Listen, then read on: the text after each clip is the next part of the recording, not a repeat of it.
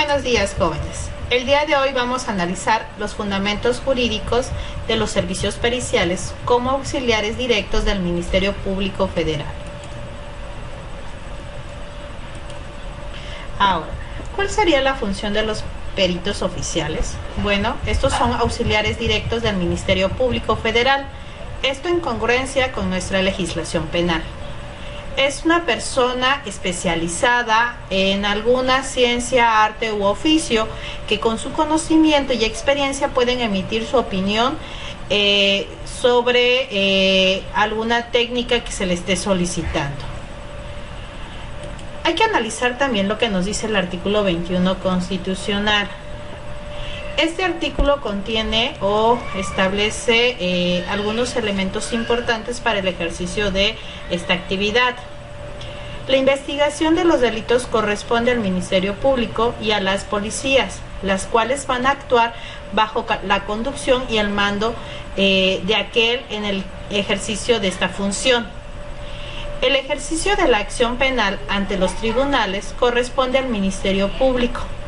La ley va a determinar los casos en los que los particulares podrán ejercer la acción penal ante la autoridad judicial. La imposición de la pena, su modificación y duración son propias y exclusivas de la autoridad judicial. El Código Federal de Procedimientos Penales, en el artículo 2, fracción 2, señala que el Ministerio Público Federal deberá practicar y ordenar la realización de todos los actos conducentes a la acreditación del cuerpo del delito y la probable responsabilidad del inculpado, así como la reparación del daño, significando lo anterior, que puede y debe de ordenar la diligencia o acto necesario en la investigación del delito, incluyendo, claro, las diligencias periciales, las cuales representan un aspecto primordial de la investigación, porque va a proporcionar la perspectiva científica de la misma. De manera posterior vamos a también a establecer lo que nos dice el artículo 168 del Código. Este nos indica que el Ministerio Público va a acreditar el cuerpo del delito del que se trate y la probable responsabilidad del indiciado como base del ejercicio de la acción penal, y la autoridad judicial a su vez va a examinar si ambos requieren esta acreditación en autos. Por cuerpo del delito se va a entender al conjunto de elementos objetivos o extremos que constituyen la materialidad del hecho que la ley como delito, así como los normativos en el caso de la descripción típica que lo requiera. La probable responsabilidad del indiciado se tendrá por acreditada cuando de los medios probatorios se deduzca su participación en el delito, la comisión dolosa o culposa del mismo, y no existe acreditada a favor del indiciado alguna causa de licitud o, en este caso, alguna excluyente de culpabilidad. El cuerpo del delito del que se trate y la probable responsabilidad se va a acreditar o se acreditará por cualquier medio probatorio que señale la ley. Ahora, vamos a ver que en el mismo artículo, en este caso, el Ministerio Público, con el fin de allegarse de elementos probatorios para la investigación, podrá solicitar la aportación voluntaria de nuestros fluidos corporales, vello o cabello. Dicha, en este caso, de que el imputado acceda a proporcionar dichas muestras, el Ministerio Público va a proceder, en coordinación con los servicios periciales, a realizar las diligencias necesarias para su obtención, levantándose a concluirlas en una acta circunstanciada en presencia de 2 testigos. En el artículo 220 del Código nos indica que el Ministerio Público podrá solicitar excepcionalmente al juez de control que determinada información se mantenga bajo reserva aún después de la vinculación a proceso, cuando sea necesario para evitar la destrucción, alteración o ocultamiento de las pruebas o en algunos dados casos la intimidación o influencia a los testigos del hecho, para asegurar así el éxito de la investigación o en su defecto para garantizar la protección de personas o bienes jurídicos. También nos indica este artículo que si el juez de control considera procedente la solicitud, así lo resolverá y determinará en el plazo de la reserva, siempre que la información que se solicite sea reservada o en este caso oportunamente se va a revelar de manera muy discreta para no entorpecer el caso.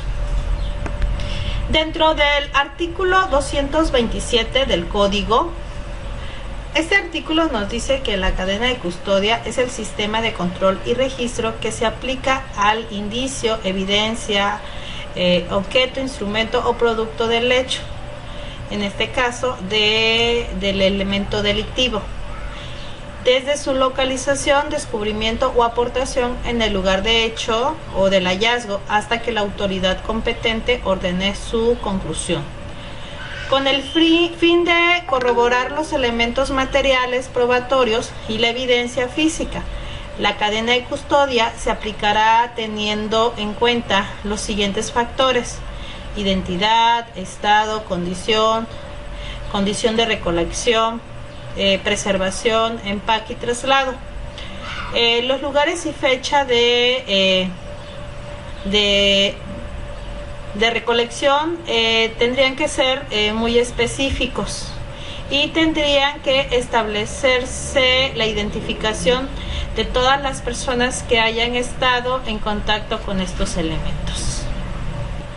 Dentro de lo que va a ser el artículo 228 del Código, nos indica que la aplicación de la cadena de custodia es responsabilidad de quienes o en cumplimiento de las funciones propias de su encargo o actividad en los términos de ley tenga contacto con los indicios, vestigios, evidencias, objetos, instrumentos o productos del hecho delictivo.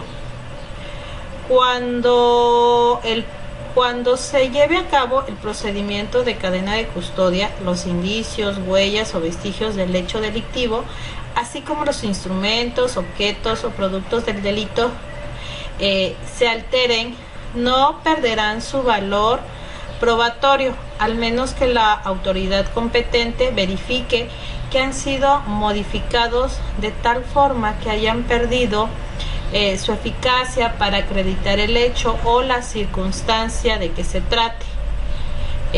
Los indicios, huellas o vestigios del hecho delictivo, así como los instrumentos, objetos o productos del delito, deben concentrarse con otros medios probatorios para tal fin. Lo anterior con independencia de la responsabilidad que pudieran incluir los servicios públicos del dicho procedimiento. Ahora, dentro de la Ley Orgánica de la Procuraduría General de la República, dentro de lo que es el artículo 4, apartado A, inciso B, señala que el Ministerio Público deberá, en su labor de investigación, perseguir los delitos durante la averiguación previa, practicar todas las diligencias necesarias para la acreditación del cuerpo del delito y la probable responsabilidad del indiciado.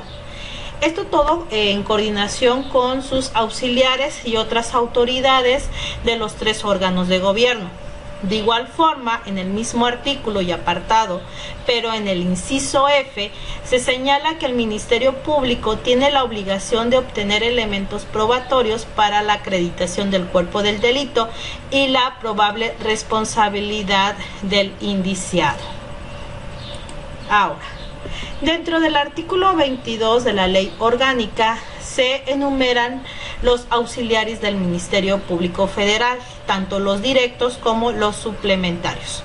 Como auxiliar va directos, la ley señala a los oficiales ministeriales, la Policía Federal Ministerial, la Policía Federal, en términos de lo dispuesto en el artículo 21 constitucional, y los servicios periciales. En este caso, los servicios periciales van a tener la función como auxiliares directos, realizando un análisis de ambos cuerpos normativos. El Código Procesal Federal y la Ley Orgánica se podría comprender como el vínculo que tiene el Ministerio Público con los demás servicios periciales. No solo vamos a ver una función pericial en el procedimiento penal, sino que además la ley precisa sus funciones como peritos oficiales, es decir, los peritos que forman la parte de la Procuraduría, como expertos que trabajan junto al Ministerio Público dentro de las investigaciones de los delitos. En este caso, son parte del órgano de Procuración de Justicia. Esta es la esencia de la función de los servicios periciales en el procedimiento penal.